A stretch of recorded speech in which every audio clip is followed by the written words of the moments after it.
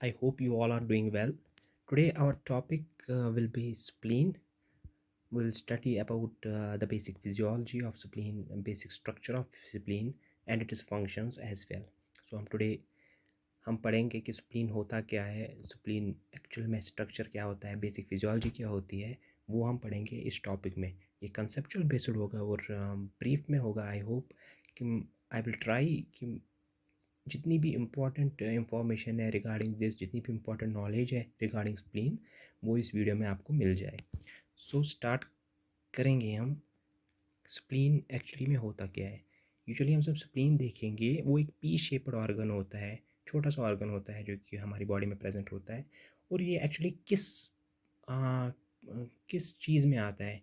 Usually हमारी body में होते हैं, ह्यूमन फिजियोलॉजी में होते हैं. There are primary lymphoid organs.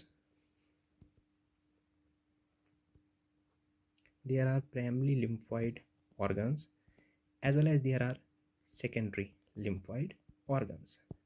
ये दो होते हैं. और अगर हम स्प्लीन की बात करें तो स्प्लीन किस में आता है. स्प्लीन आता है secondary lymphoid organ. Spleen is a secondary lymphoid organ.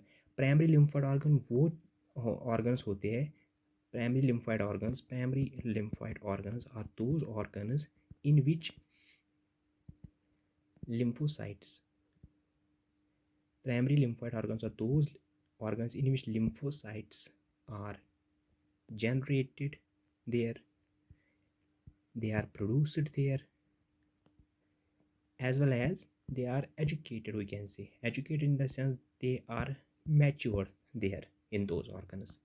उनमें क्या होता है, हमारे जो लिम्फोसाइट्स होते हैं उन ऑर्गन्स में वो बनते हैं, उनमें जनरेट होते हैं, उनमें एजुकेट होते हैं. एजुकेट इन द सेंस उनमें मैच्योर होते हैं, मैचुरेशन होती है लिम्फोसाइट्स की उन ऑर्गन्स में. उनको कहते हैं प्राइमरी. और प्राइमरी में लाइक फॉर एग्जांपल प्राइमरी में हमारे आते हैं थाइमस आता है, बोन मैरो आता है. और उसके बाद जब वो इन सारी प्रोसीजर्स से कंप्लीट होते हैं then they move to the peripheral lymphoid organs. और उसमें भी हाँ, हमारा जो ये इम्यूनो कॉम्पिटेंट बी सेल्स होते हैं, टी सेल्स होते हैं, वो इन पेरिफेरल लिम्फॉइड ऑर्गन में सेटल करते हैं. और पेरिफेरल लिम्फॉइड ऑर्गन में हम क्या कहेंगे, for example they contain adenoids. Example even there is lymph nodes present, even spleen as well. Spleen is also a peripheral lymphoid organ. और अगर हम एक्स्ट्रा इंफॉर्मेशन करें, spleen it is the largest peripheral lymphoid organ in our body. Which spleen?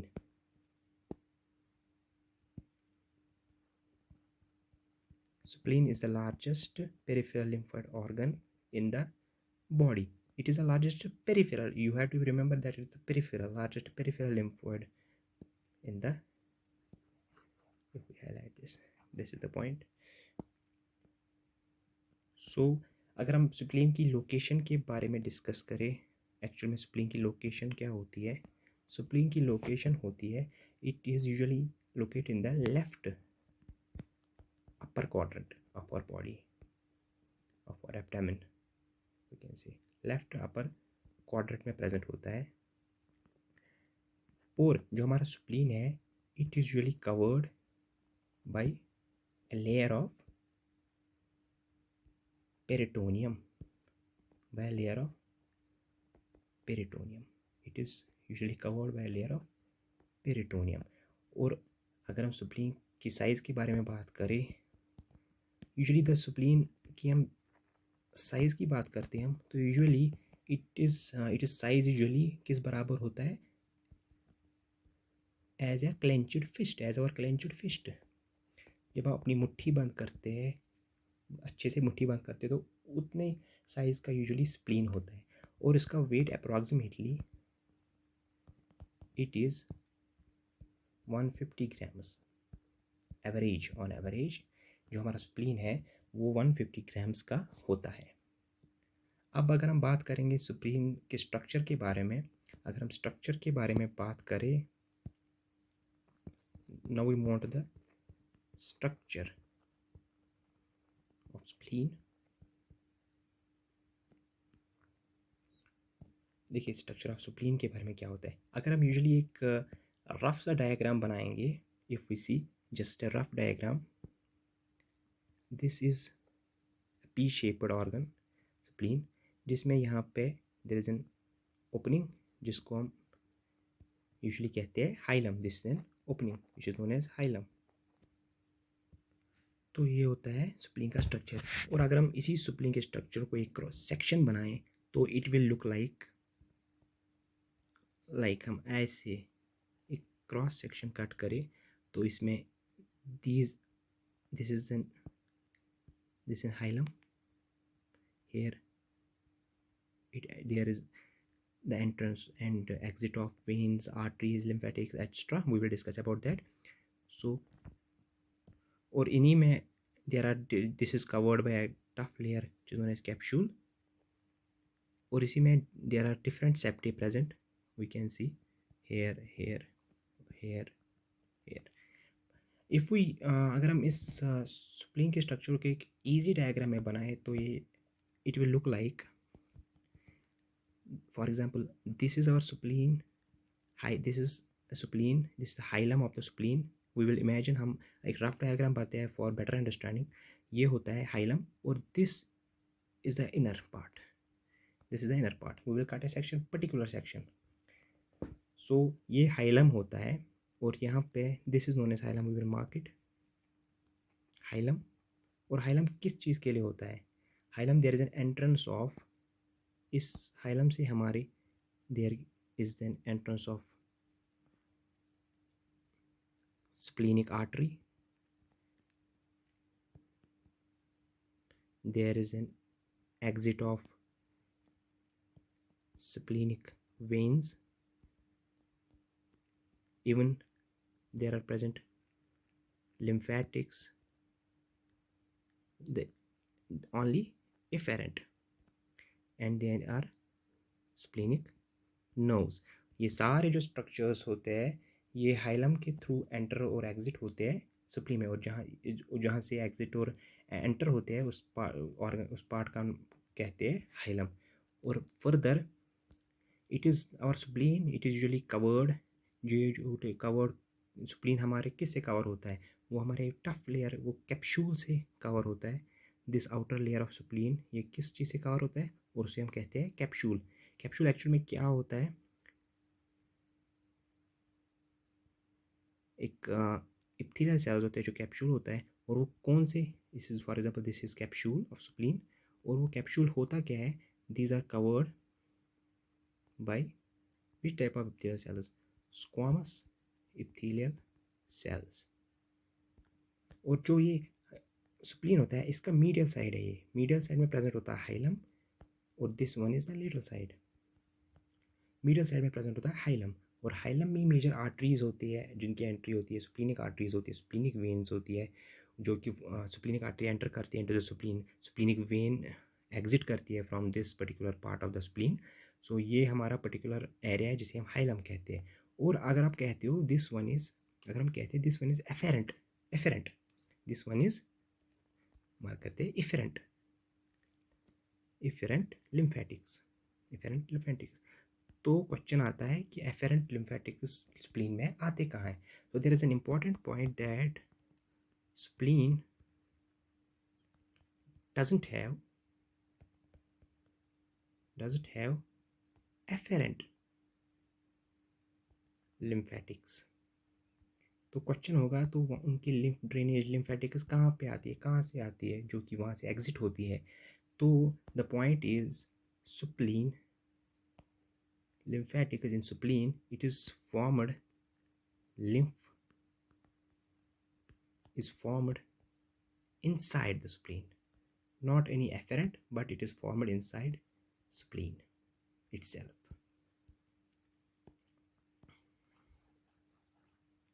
This one. और starting में हमने capsule की बात की थी जो कि एक आउटर लेयर आउट कवरिंग होती है स्प्लीन की। ये किससे बना होता है? ये एक डेंस कनेक्टिव टिश्यू से बना होता है। This is made up of, the capsule of spleen is made up of dense collective tissue.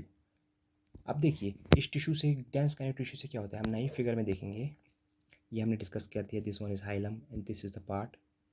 और अगर हम देख रहे थे, this one was acting as the capsule, ये कैप्सूल था स्प्लीन का। For example just imagine for symmetric diagram, for this symmetric diagram, ये कैप्सूल है। और कैप्सूल एक्चुअल में बना किससे था, it is made up of dense connective tissue से। और इस कैप्सूल से ही पार्टीशंस होती है, इस कैप्सूल से ही, फ्रॉम कैप्सूल से ही पार्टीशंस होती है, सेप्टा बनते हैं। फॉर एग्जाम्पल ये हमारा कैप्सूल है, इसी से पार्टीशंस बनते हैं, सेप्ट लाइक दिस ये इसी कैप्सूल की एक्सटेंशन होती है। Just imagine, just symmetric diagram, ऐसे बहुत सारे सेप्टा प्रेजेंट बनते हैं इस कैप्सूल की एक्सटेंशन के साथ। और उन जो यहाँ पे ये पार्टीशन बनते हैं, फिब्रस सेप्टा बनता है, फिब्रस सेप्टाज, ये डिवाइड करते हैं सुप्लीम को। जैसे यहाँ पे डिवाइड हुआ, आप देख रहे हैं इस डायग्राम में, ये डिवाइड करते हैं सुप्लीम को lot of septas into septa, into septa. और इन्हीं सेप्टा को हम क्या बोलते हैं, these are called splenic trabeculae, इनको कहते हैं हम स्प्लीनिक ट्रेबेक्युले, जो यहाँ पे ये सेप्टा बनते हैं। फॉर एग्जाम्पल अगर हम इससे मार्क करेंगे, these these these these are known as splenic trabeculae. और इन्हीं ट्रेबेक्युलर के, within these trabecular, for example if we see in these trabeculas, here here here here, और इन्हीं ट्रेबेक्युलाज में within these trabecula, what is present, there are special cells present, special cells present, और जिनको हम बोलते हैं myofibroblasts. You must have heard this before, उनको हम बोलते हैं मायोफिब्रोब्लास्ट्स, मायोफिब्रोब्लास्ट्स। और इनका यूजुअली फंक्शन क्या होती है, कॉन्ट्रैक्टिलिटी का function. Usually it is not that much important in humans, but it is very much important in lower animals like dogs etc, but it is not that of much importance in humans. So जो ये ट्रेबिकुलम में present थे special से, इनको कहते हैं मायोफिब्रोब्लास्ट, जो कि डिपेंड, जो कि यूज होते हैं for contractility. Even these myofibroblasts, these receive, these have they have receptors we say, इनमें रिसेप्टर्स होते हैं, इन्हीं मायोफिब्रोब्लास्ट्स में। वो रिसेप्टर्स किन के लिए होते हैं, those receptors are for epinephrine and norepinephrine, remember this. जो हमारे इपिनेफ्रिन और नॉरएपिनेफ्रिन के रिसेप्टर्स होते हैं, वो रिसेप्टर्स इन्हीं मायोफिब्रोब्लास्ट्स में प्रेजेंट होते हैं। सो मूविंग फॉरवर्ड हम देखेंगे कि जो हमारे हाइलम से we will talk about splenic artery. देखिए splenic artery, we will again हम डायग्राम बनाएंगे, we'll just make a diagram, this is the hilum and this is the remaining part।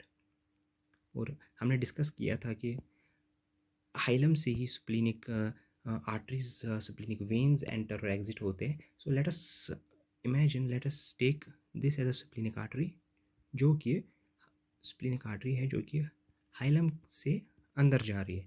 और जो ही स्प्लीनिक आर्टरी, हम लेवल दिस स्प्लीनिक आर्टरी, और जो ही splenic artery hilum के through spleen में जाती है, ये जाती है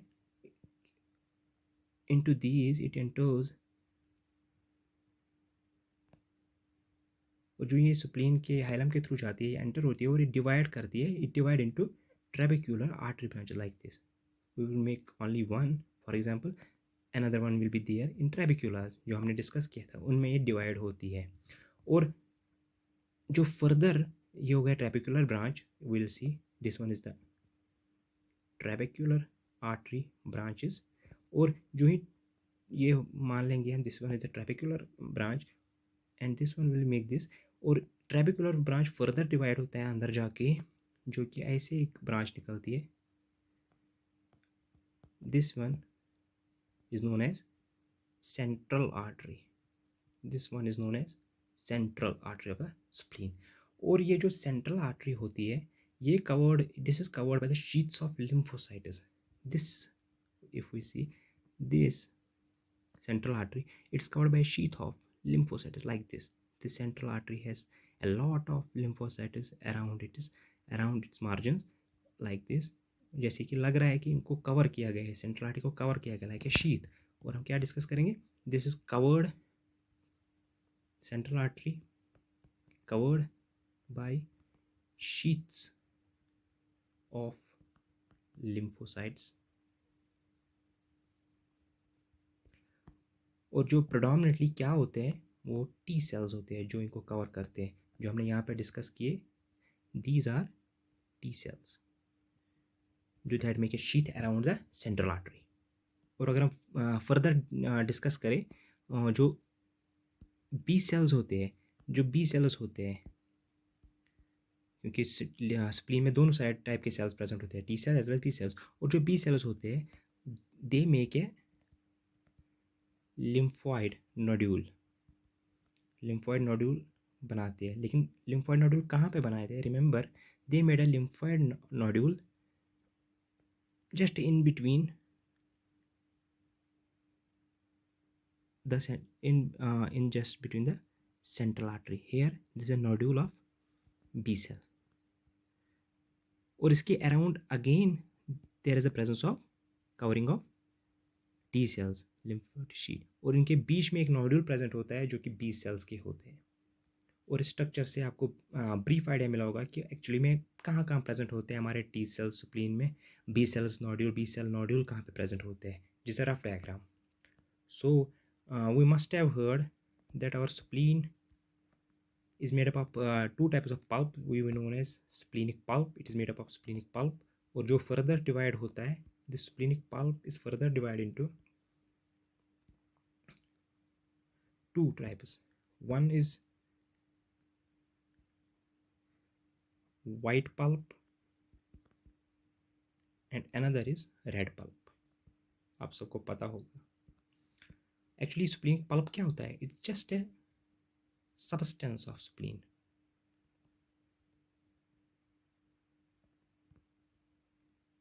और अगर हम देखें कि हम कंसेप्चुअल बेस पे जाए तो हमें पता होना चाहिए कि ये वाइट पल्प और रेड पल्प एक्चुअली में होता क्या है. और इसी सबस्टेंस ऑफ स्प्लीन में जो ये वाइट पल्प होता है, ये क्या होता है? They are closely packed aggregates of lymphocyte. जैसे हमने उस डायग्राम में देखा, lymphocytes. What is the white pulp of the spleen? It is closely packed aggregates of lymphocyte. और उसको हम कहते हैं white pulp. फॉर एग्जाम्पल अगर हम यहाँ पे देखेंगे कौन सा white टाइटली पैक्ड जहाँ पे aggregation of white this T cells और बी सेल्स होते हैं, that one is just made it in this area. इसको हम कह सकते हैं white pulp. और रेड पल्प क्या होता है? If we discuss, this is the area which is rich in RBCs. आपको पता होगा कि आरबीसीज का स्पेशल जो जिसमें स्प्लीन का जिसको हम कहते हैं ग्रेवड ऑफ आरबीसीज भी, वो हम डिस्कस करेंगे कि क्यों कहते हैं, एक्चुअली में क्या होता है वहाँ पे. तो this part red pulp, it's rich in RBCs. its color is bright red. If we see, that's why we know it is called as red pulp due to the presence of RBCs. और इसी red pulp को we also called, it is also known as this red pulp is also known as sinusoids and cords. We will discuss about this in upcoming slides. So साइनोसाइड्स इनको कहते हैं और chords भी कहते हैं. यही साइनोसाइड्स और कॉर्ड्स होते हैं जिनमें डिस्ट्रक्शन ऑफ आरबीसीज वगैरह होती है, वो हम डिस्कस कर लेंगे. और एक इम्पॉर्टेंट पॉइंट है जो हमें पता होना चाहिए कि जो हमारे स्प्लीन में लिम्फॉइड नोड्यूल्स थे, जो हमने पढ़े थे कि नोड्यूल्स कहाँ पे, जो बी सेल्स रिच होते हैं, लिम्फॉइड नोड्यूल्स होते हैं, वो उनको कभी कभी एक स्पेशल ओकेजन पे हम बोलते हैं स्प्लीनिक नोड्यूल्स. उन लिम्फॉइड नोड्यूल्स को हम बोलते हैं स्प्लीनिक नोड्यूल्स. अब ये हमें पता होना चाहिए कि वो जब स्पेशल ओकेजन कब होता है, जब हम इन लिम्फॉइड नोड्यूल्स को बोलते हैं स्प्लीन नोड्यूल्स. और वो कब होता है? That's when the lymphoid nodules are antigen stimulated.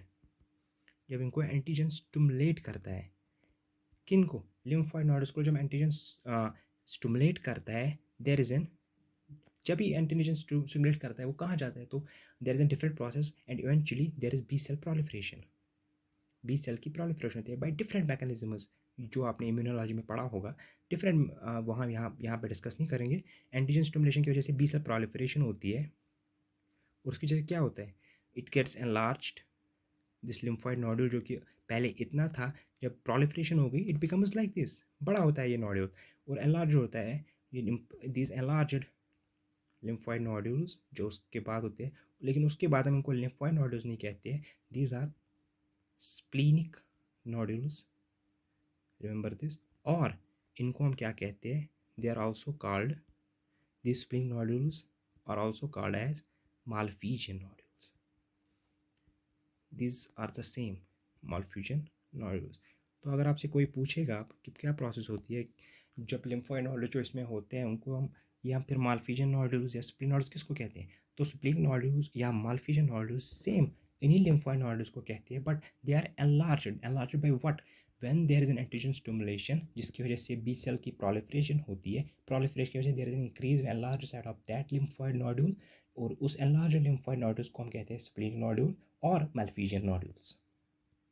और उसके बाद आता है जब when there is an enlargement of these lymph nodes, there are B cells जो कि चेंज बन जाते हैं, because a B cell is called B cell until it is not stimulating any antibodies. But जब वही बी सेल प्रोड्यूस करने लगे antibodies, तब उन्हीं बी सेल्स को कहते हैं हम प्लाज्मा बॉडीज। प्लाज्मा बॉडीज और प्लाज्मा सेल्स। प्लाज्मा सेल्स क्या होते हैं? Actually they are antibody secreting B cells, do remember this.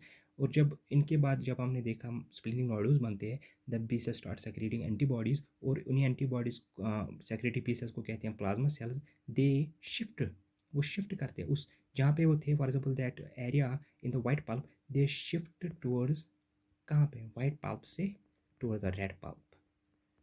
जो दैट वाज जो रेड पल्प किन में रिच था? आरबीसीज। और जो ही वो उन्होंने रेड पल्प में शिफ्ट किया, दे secrete antibodies, they start secreting antibodies. That's why spleen is a very important organ in regulating our immune response. So that's why in splenectomy patients there is an immunocompromised state. That's why they are prone to severe infections, septicemia, etc. और हमने बात की थी central arteries तक, but they are जो वो further divide होते हैं। हमने बात की थी स्प्लीनिक, हमने बात की थी कि स्प्लीनिक आर्टरी आती है, हम यहाँ पे देखेंगे। हमने डिस्कस किया था कि स्प्लीनिक आर्टरी आती है जो कि ट्रेबिक्युलर ब्रांच में यहाँ से हाइलम के अंदर they go into the trabecular branch, और ट्रेबिकुलर ब्रांच फर्दर डिवाइड होती है इनटू सेंट्रल ब्रांच। बट जो ये सेंट्रल ब्रांच है वो फर्दर स्मॉल आर्ट्रियोल्स में डिवाइड होते हैं। We can say that like this, they develop in small arterioles, और इनको हम कहते हैं this are just like hanging around, इनको कहते हैं penicillary arterioles, not arteries, arterioles इनके स्मॉल। जो कि फर्दर जो कि ये पेनिसिलरी आर्टरीज है और फर्दर डिवाइड होती है। आर्टरीज किन में डिवाइड होती है फर्दर? नॉर्मल बेसिक फिजियोलॉजी क्या कह रहा हूँ, they become capillaries, remember this, this arteries and these are capillaries. Capillaries, but ये कैपिलरीज क्या होते हैं? These capillaries are covered by here macrophages, covered by macrophages, sheath of macrophages, do you remember this? sheath of macrophages। और further जो ये this sheath of capillaries further किस में divide होते हैं? As per the rules capillaries divide होते हैं, these further divide into terminal capillaries, these further divide into terminal capillaries जो कि एंड होते हैं। और टर्मिनल कैपिलरीज को जाने के लिए दो जगहें होती है। Now you have to understand this further. Terminal capillaries we know at these are terminal capillaries और टर्मिनल कैपिलरीज को जाने के लिए दे हैव टू वेज जहाँ से वो जा सकते हैं। एक एरिया है, there are specialized endothelial cells, there are सबसे पहले एक जगह होती है जिनको कहते हैं स्प्लीनिक साइनोसॉइड्स, वो जा सकते हैं into splenic sinusoids. Splenic sinusoids actually क्या होते हैं? They are, I will discuss about that first. Splenic sinusoids, फिर हम वहाँ पे स्ट्रक्चर बनाएंगे भी रफ. Splenic एक्चुअली में क्या होते हैं? They are having specialized endothelial cells. You can note that specialized endothelial cells होते हैं.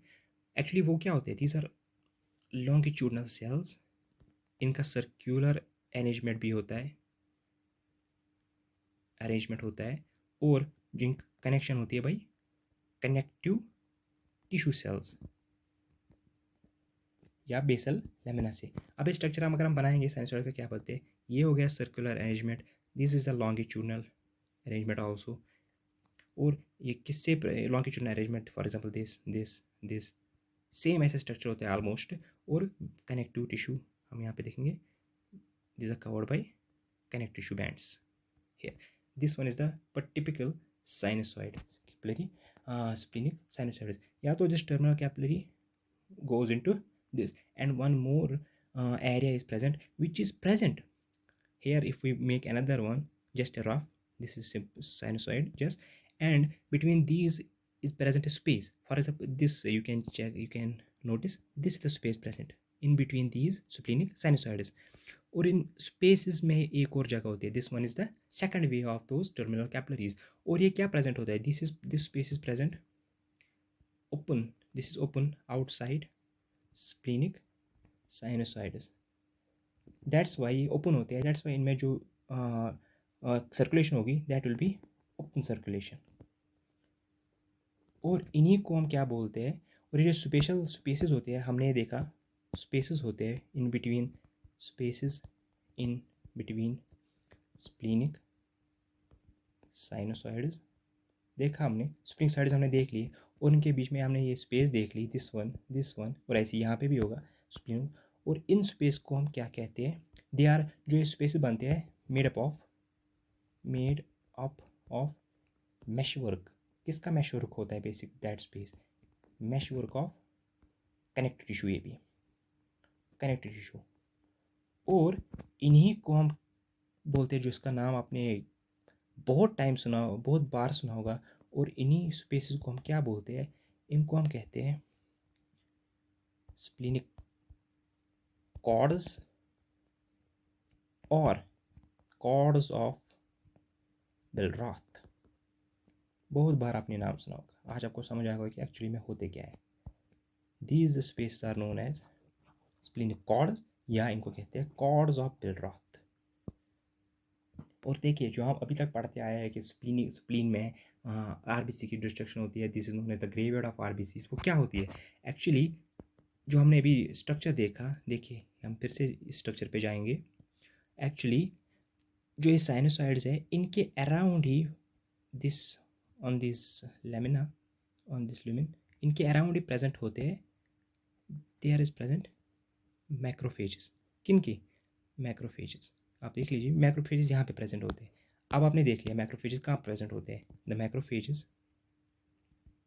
मैक्रोफेजेस प्रेजेंट अराउंड, किन के अराउंड प्रेजेंट होता है? साइनोसॉइड्स में. साइनोसॉइड्स के अराउंड प्रेजेंट होता है.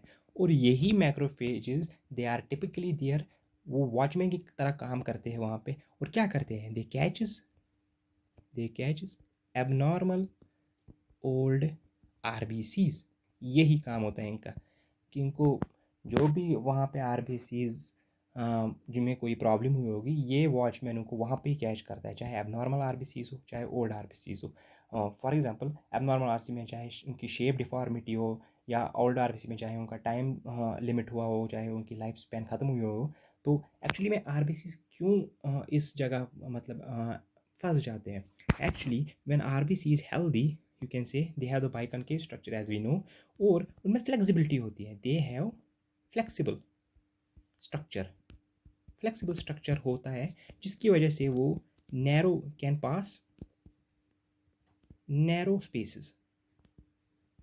RBCs can pass through narrow spaces, चाहे छोटी जगह, they can change their shape and they can move towards that particular area. but जो ही उनकी लाइफ स्पैन ख़त्म होती है, end of their lifespan,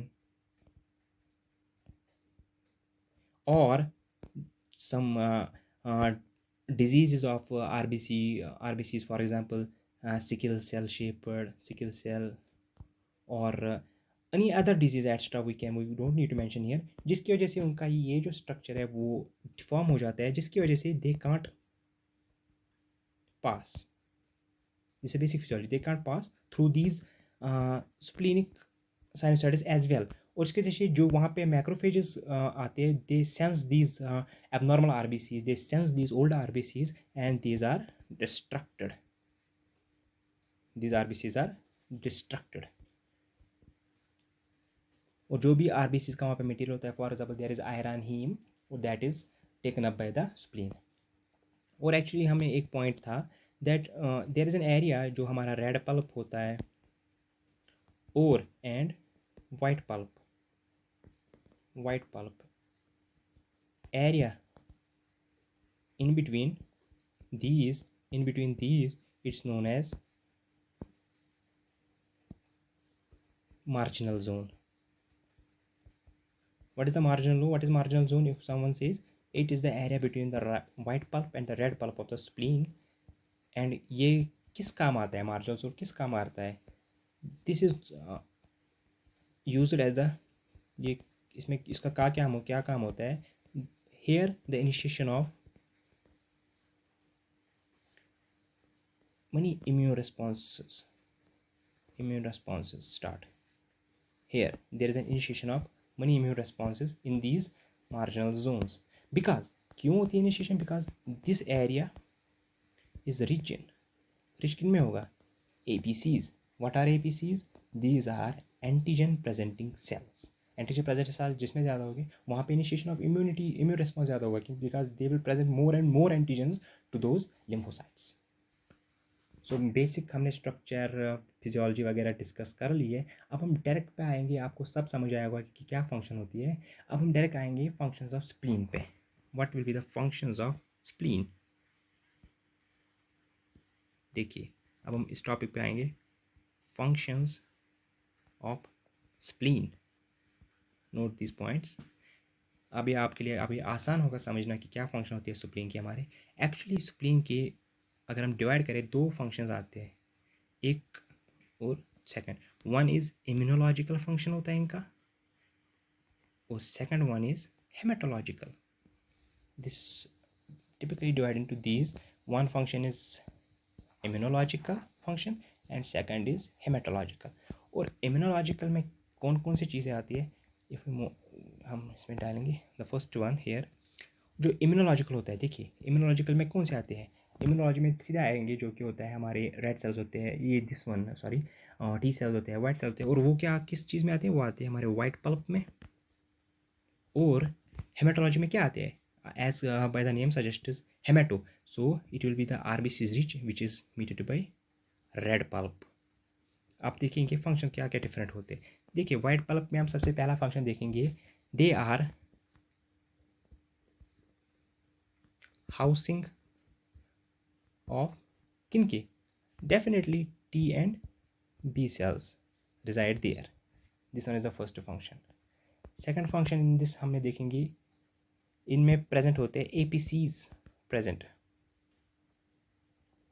और एंड आल्सो डेंड्रिटिक सेल्स इनमें प्रेजेंट होते हैं। वो हम डिस्कस किए थे, वो कहाँ प्रेजेंट होते हैं? मार्जिनल जोन में। और इनमें क्या होता है, इस वाले एरिया में there is an initiation of immune response. ये सारे फंक्शन किसकी एक्चुअली में होते हैं? स्प्लीन के। Initiation of immune response is present, immune responses against किन के अगेंस्ट होगा? circulating antigens and microbes etc. ऐसे आएगा। यही यहाँ पे क्या होता है? There is an production of